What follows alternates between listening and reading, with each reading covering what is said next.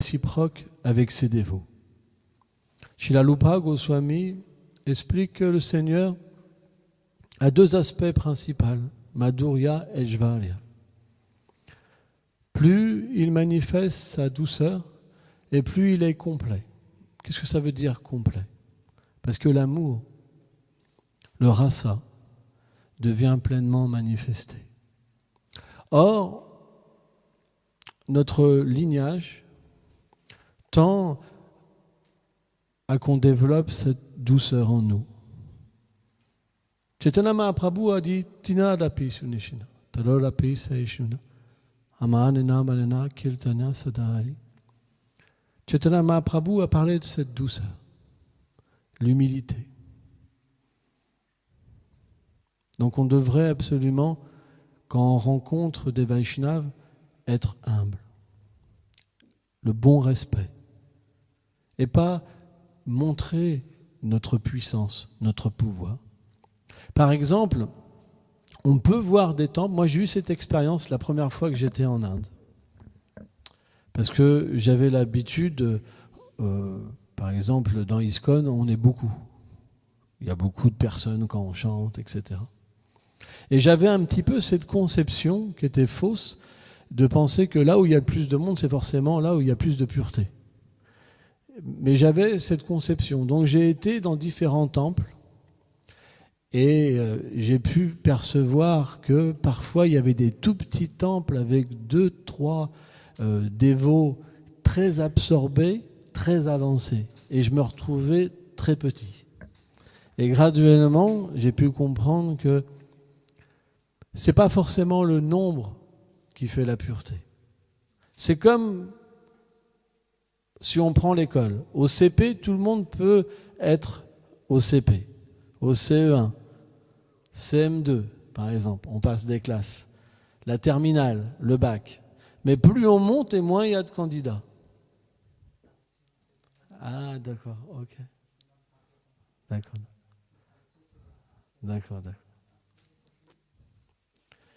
Donc, plus il y a de qualifications et moins il y a de monde. Mais ce qu'il y a de véritablement... Ah, il veut traduire? Ah, ouais, ok. Parce que c'est un petit peu compliqué, ouais.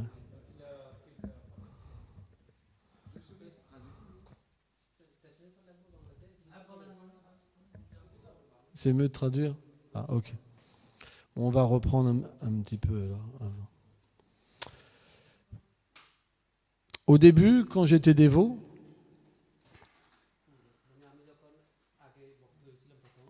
j'avais cette conception que là où il y avait plus de monde, c'est là où il y avait plus de pureté.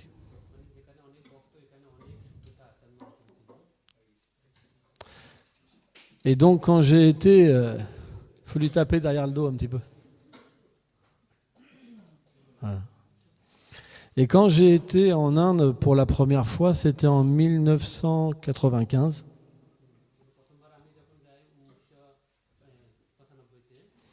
Donc j'ai été à Mayapur, prendre darshan du lieu d'apparition de Sri Chaitanya Mahaprabhu, prendre la poussière de Srila Prabhupada et de différents acharyas. J'avais pas de vision spirituelle.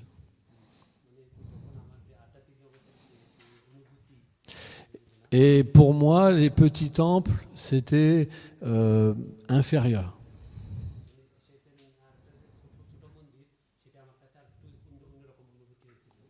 Et un jour, j'ai été dans un temple qui n'était pas forcément connu, fameux.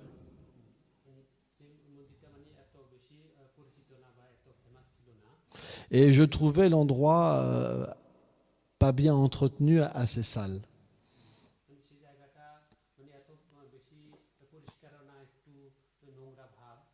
C'était un petit temple avec des petites déités.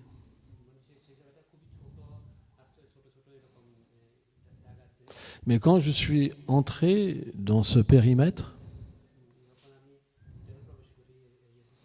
j'ai ressenti dans mon cœur que c'était un endroit spécial. Alors je me suis dit, mais pourquoi c'est spécial? Et j'ai commencé à regarder autour de moi. Et j'ai pu percevoir qu'il y avait des vieux Vaishnavas qui accomplissaient leur bhajan.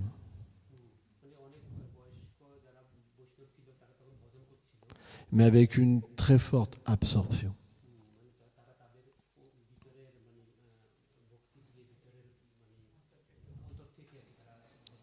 Parce que Srila Haridas Thakur, dans le dialogue avec Chaitanya Mahaprabhu, dans le Harinam Chintamani,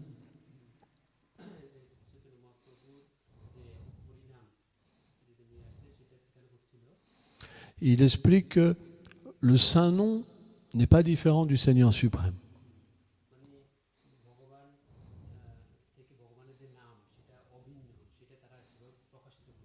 Et quand on le chante dénué de 10 offenses,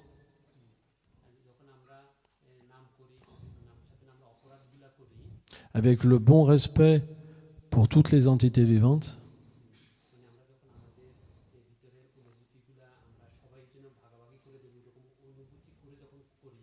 et surtout avec le désir de vouloir devenir un associé du Seigneur.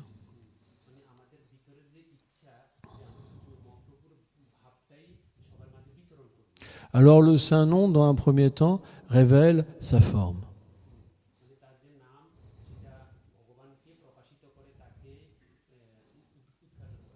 Ses attributs, puis ses divertissements. Dans cette méditation, Haridas Thakur dit, à ce moment-là, l'être vivant se voit aussi révéler sa forme éternelle.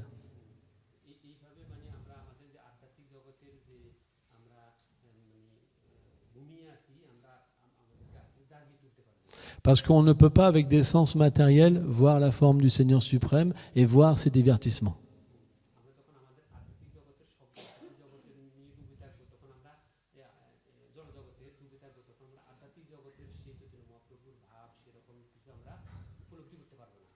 Or, quand j'étais dans ce périmètre-là, il y avait des personnes qui étaient sur ce niveau de méditation.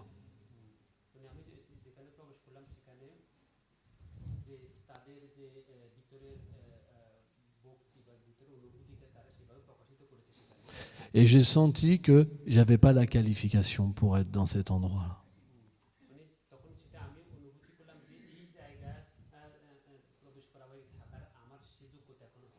Et je me suis senti très très petit. Surtout quand j'ai fait une petite offrande. J'ai donné quelques roupies.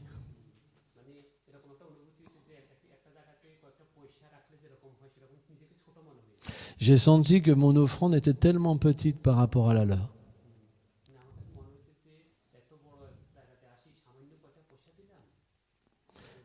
Mais parallèlement, parce que j'étais pas venu au début avec une bonne attitude, mais qu'après, par leur miséricorde, cette attitude est venue en moi.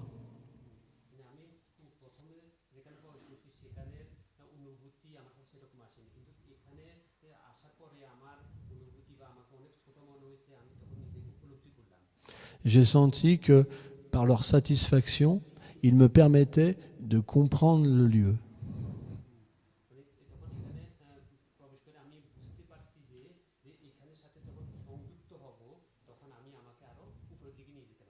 Et là, j'ai pris une grande leçon.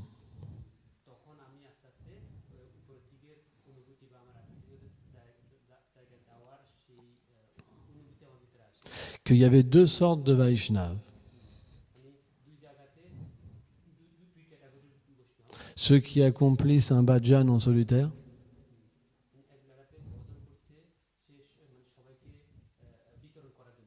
et qui ne sont pas forcément conscients de l'extérieur.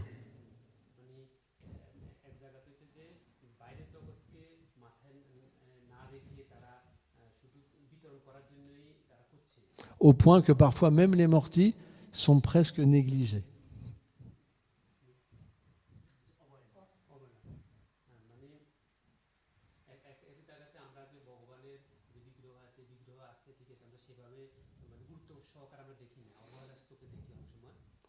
Mais en vérité, Krishna est tellement satisfait avec leur pure dévotion.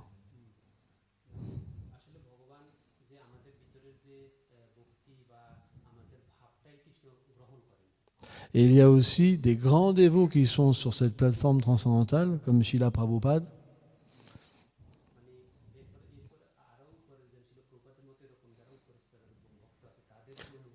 qui sont des associés du Seigneur qui viennent de Goloka Vrindavan,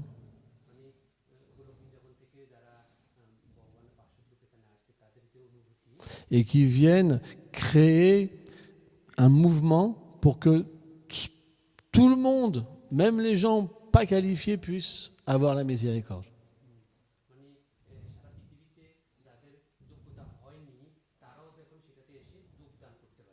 Et là, j'ai compris que la miséricorde des Vaishnavas, elle est tellement merveilleuse.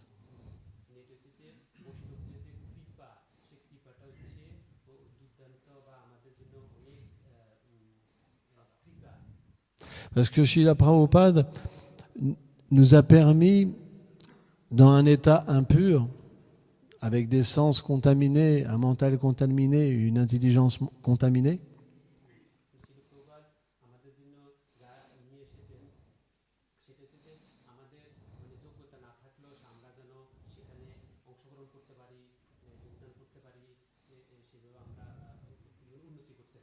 de nous engager dans le service de dévotion d'une manière si facile, si merveilleuse et si absolue.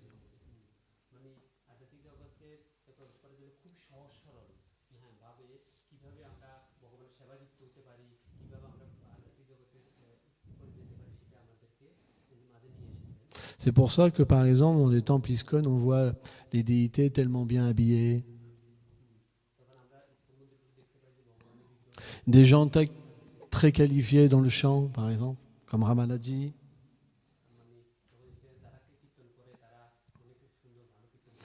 des dévots bien habillés, avec une belle apparence. Parce que tout ça sont des processus pour nous engager et nous purifier.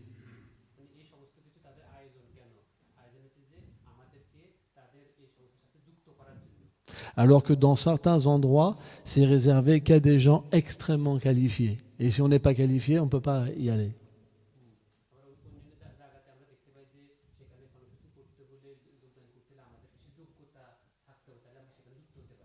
Mais même si parfois les déités sont négligées, on doit véritablement comprendre que leur qualification est grande.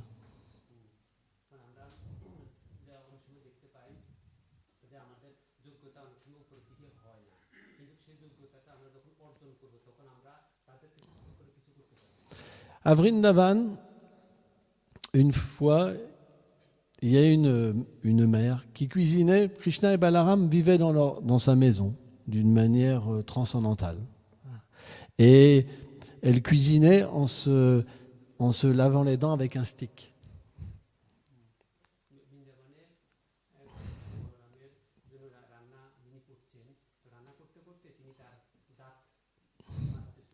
Et quand Sanatan Goswami est rentré dans cette demeure et qu'elle a vu ça, il a dit « Tu ne peux pas cuisiner comme ça, c'est contaminé ».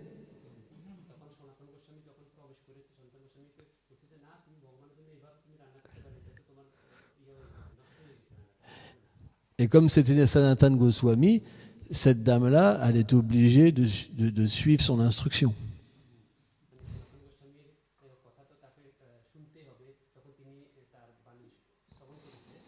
Et donc le lendemain, quand Sanatan Goswami est revenu pour voir si la dame donc arrêtait de cuisiner avec Balaram tout en se brossant les dents,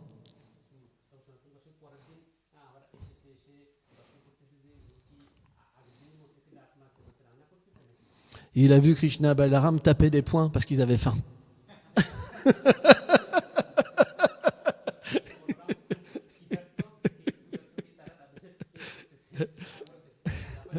En fait, la raison, c'est comme elle s'était lavé les dents avant, elle était en retard pour avoir préparé le manger.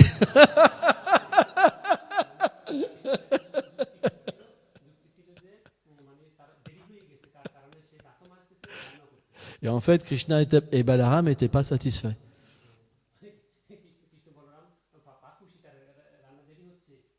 Alors Sanatana Goswami, qu'est-ce qu'il lui a dit? Il lui a dit, bah, continue comme ça, tu peux cuisiner en te brossant la dent.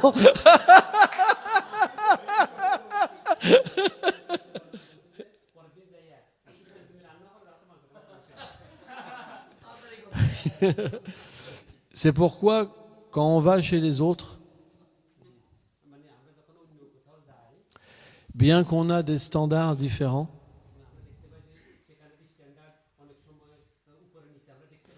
on ne doit pas venir avec notre vision. Mais on doit véritablement comprendre que chacun adore Krishna avec son cœur.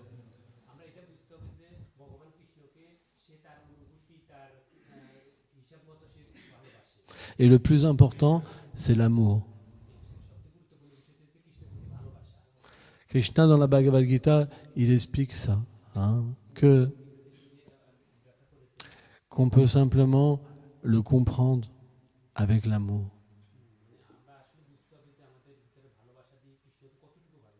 C'est pourquoi, par exemple, nous, on est un petit temple, on n'a pas beaucoup de dévots, on n'a pas beaucoup de dévotion.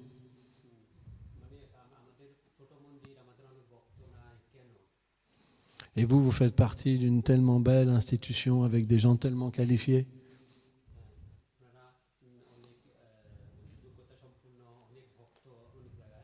Mais vous devez être miséricordieux avec nous.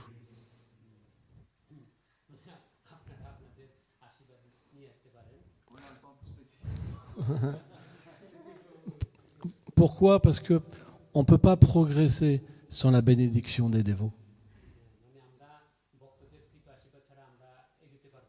Et pour nous, c'est une véritable bénédiction que vous soyez venus.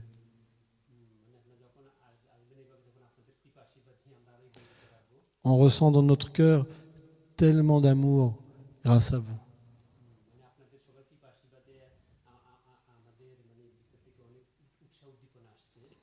Et c'est pourquoi je dis, et ma compréhension, elle est qu'on est une même famille.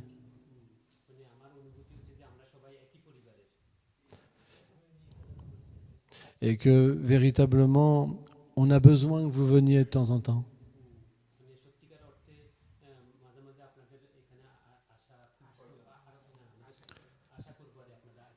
Pour nous, c'est tellement important. Parce que ça nous fait voir que notre processus de la dévotion marche.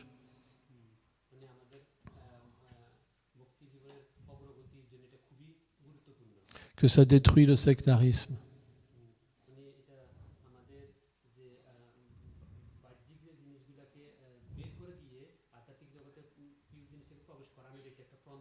Et qu'on peut véritablement développer une amitié en dehors de toute conception d'institution.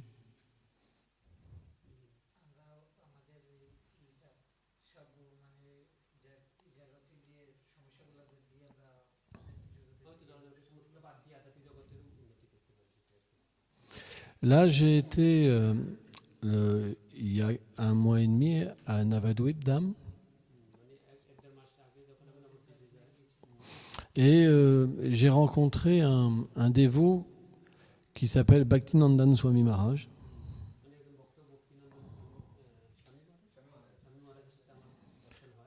Qui était présent quand Srila Prabhupada et Bhakti Rakshakar Shridev Goswami Maharaj se sont rencontrés.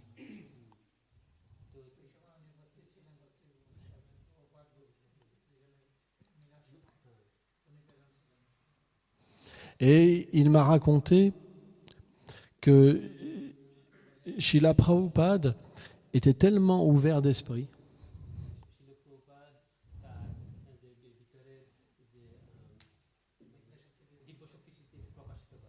qu'il avait même proposé à Bhakti Rakshakar Shridev Goswami Maharaj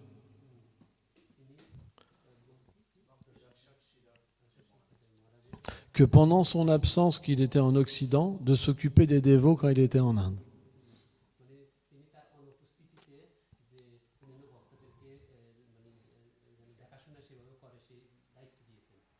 On est véritablement dans la dévotion, dans une conception où on doit véritablement se défaire de l'envie.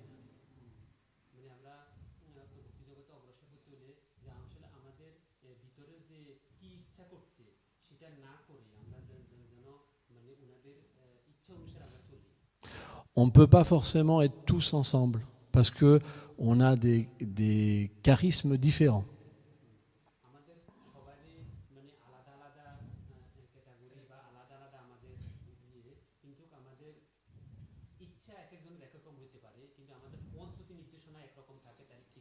Mais on doit suivre dans les traces de Srila Prabhupada et développer le bon respect envers chacun.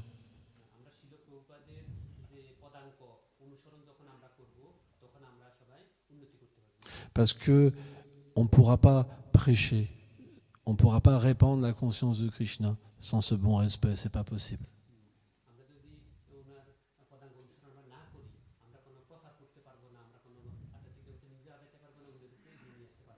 Regardez, les gens rejettent la religion.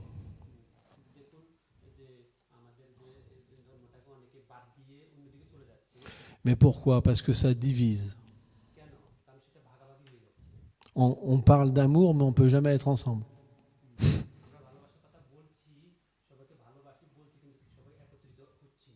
Donc on ne doit pas refaire les mêmes erreurs. Et pourquoi les erreurs y viennent ? C'est parce qu'on n'a pas le bon respect envers les uns et les autres.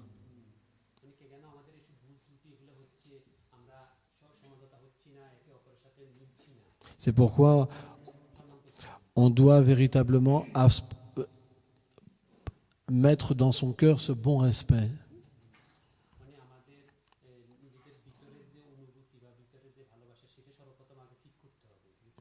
Et montrer l'exemple. Et à ce moment-là, de plus en plus de gens viendront.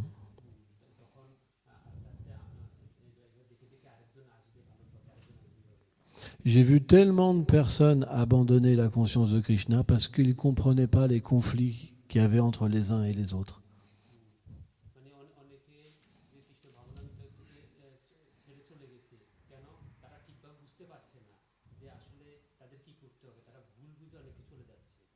C'est pourquoi on doit maintenant, dans notre nouvelle génération, on doit changer.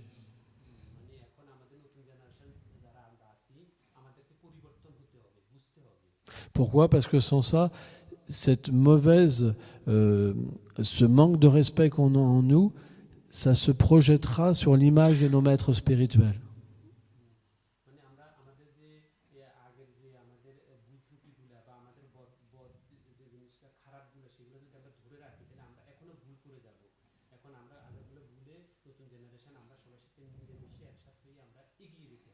Parce que Srila Prabhupada explique que quand un disciple fait une erreur, eh ben, ça se rapporte sur le maître spirituel.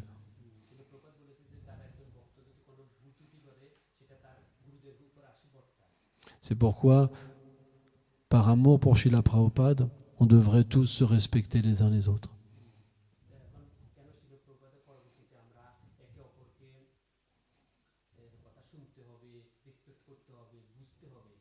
Et on ne doit pas se faire influencer par ceux qui ont un mauvais respect.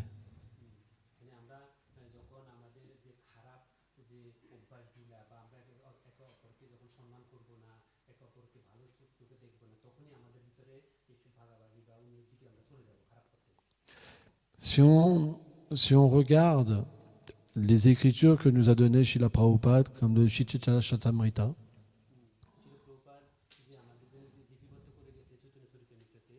c'est plein d'échanges d'amour, de respect.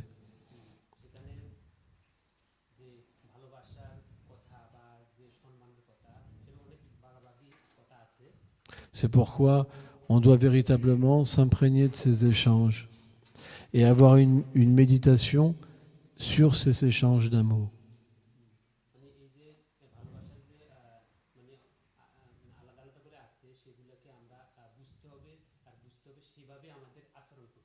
Ces livres-là, ils ne sont pas des paroles mortes.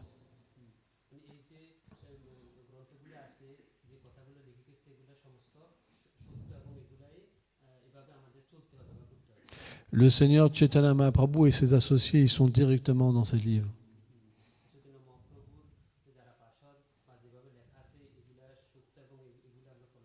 Srila Prabhupada est directement dans ces livres.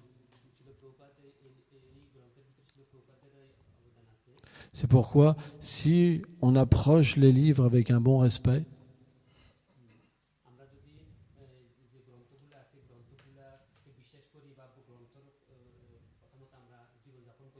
Cette compréhension d'offrir du respect sans vouloir recevoir du respect,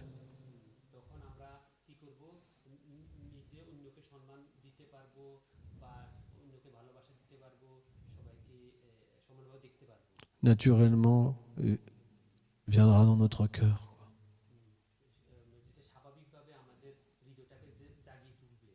On voit parfois dans tous les mouvements religieux, dans toutes les institutions religieuses, des gens qui glorifient leur meneur.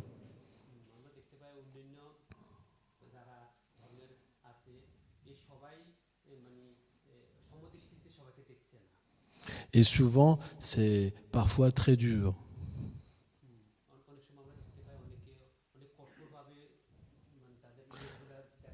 Si vous allez chez les chrétiens, on vous dit, il n'y a que par Jésus vous pouvez retourner à Dieu.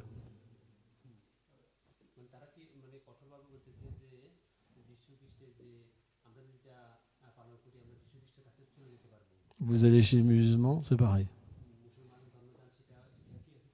Les juifs, c'est pareil. Et parfois, on entend par exemple des Vaishnavas qui pensent que simplement si tu es avec un gourou, tu peux retourner à Krishna, pas avec un autre.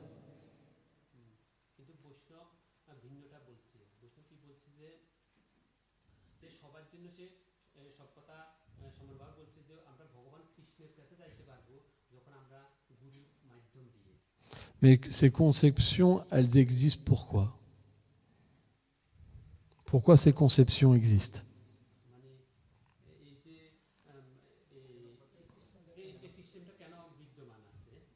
C'est parce que les personnes qui prêchent ces conceptions, elles n'ont pas de réalisation transcendantale.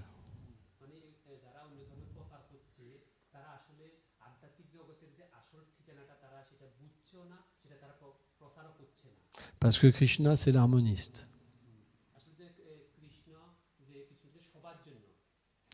Il est l'amour absolu, la beauté absolue.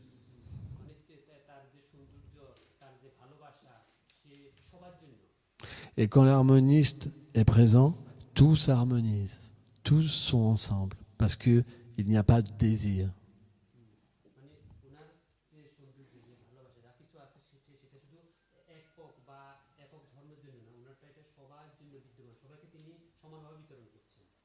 Pourquoi ils n'ont pas de désir ? Parce qu'ils deviennent tellement satisfaits au contact de Krishna.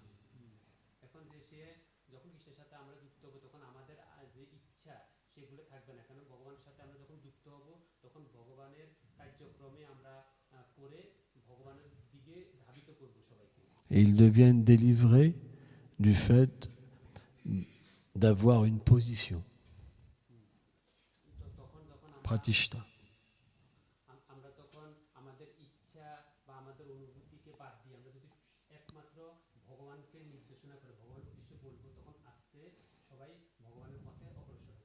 Radhanath Swami explique une chose qui est intéressante.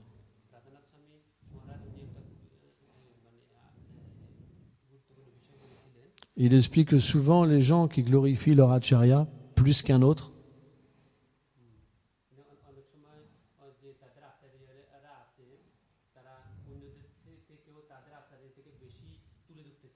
c'est eux-mêmes qui glorifient.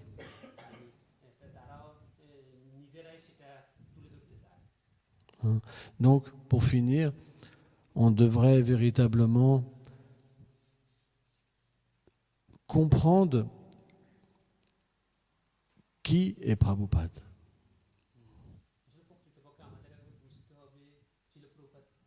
Et ça, on peut le comprendre qu'avec le chant pur.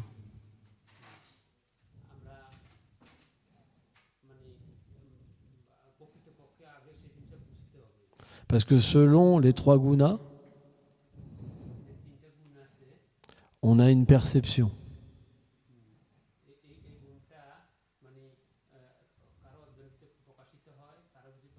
Mais pas forcément la réalité ultime.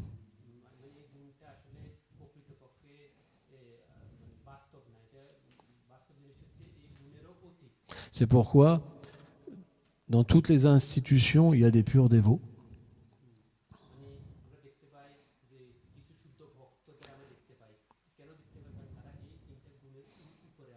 Des grands Vaishnavas comme Japataka Swami, par exemple.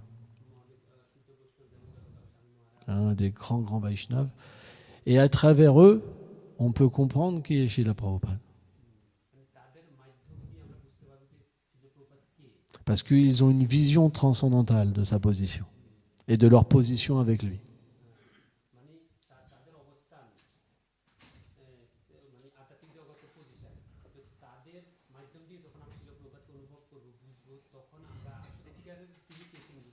Pour comprendre un acharya et son humeur, on doit approcher une personne qui le comprend sur le plan de la transcendance.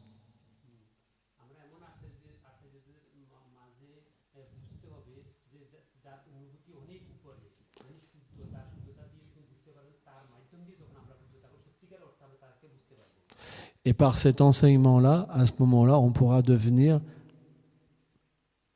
en harmonie avec l'harmoniste.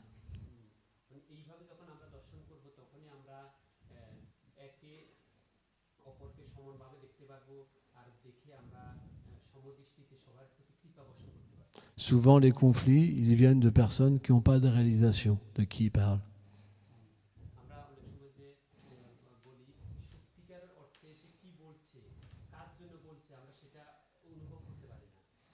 C'est pourquoi on a besoin de guide, on a besoin d'aide.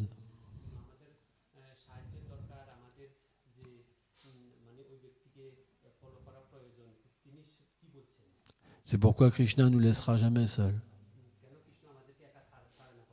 Ceux qui disent par exemple que dans ISKCON il n'y a pas de pur dévot, c'est un grand mensonge.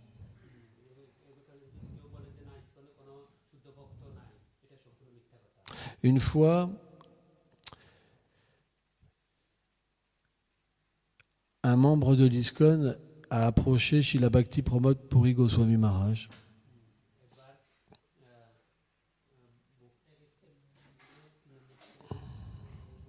Bhakti Pramod Puri Goswami Maharaj, parce que son gourou, qu'il avait initié dans ISKCON, avait rencontré des problèmes.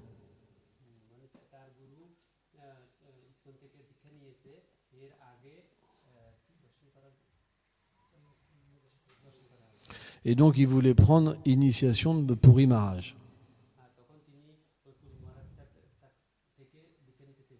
Et Puri Maharaj lui dit, mais pourquoi tu m'approches?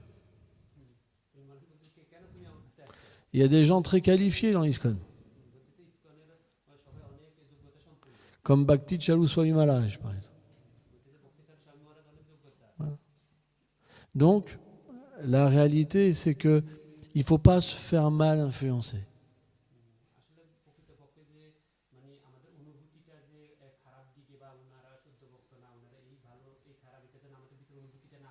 Si on a le bon respect, le Seigneur nous fera voir la qualification de chaque institution.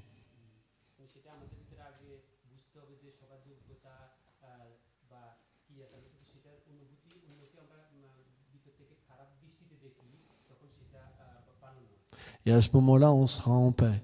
Parce qu'on comprendra que Krishna, il s'occupe de chacun. Et on s'occupera plus de nous que des autres.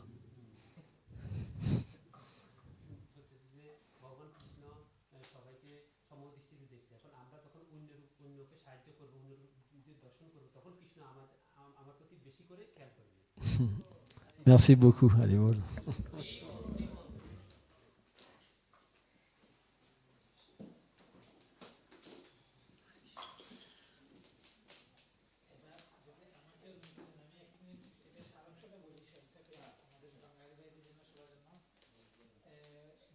কথাগুলো বলছেন সেটা সারাংশটা আমি যেটুকু বুঝতে পারছি সেটা হলো যে উনি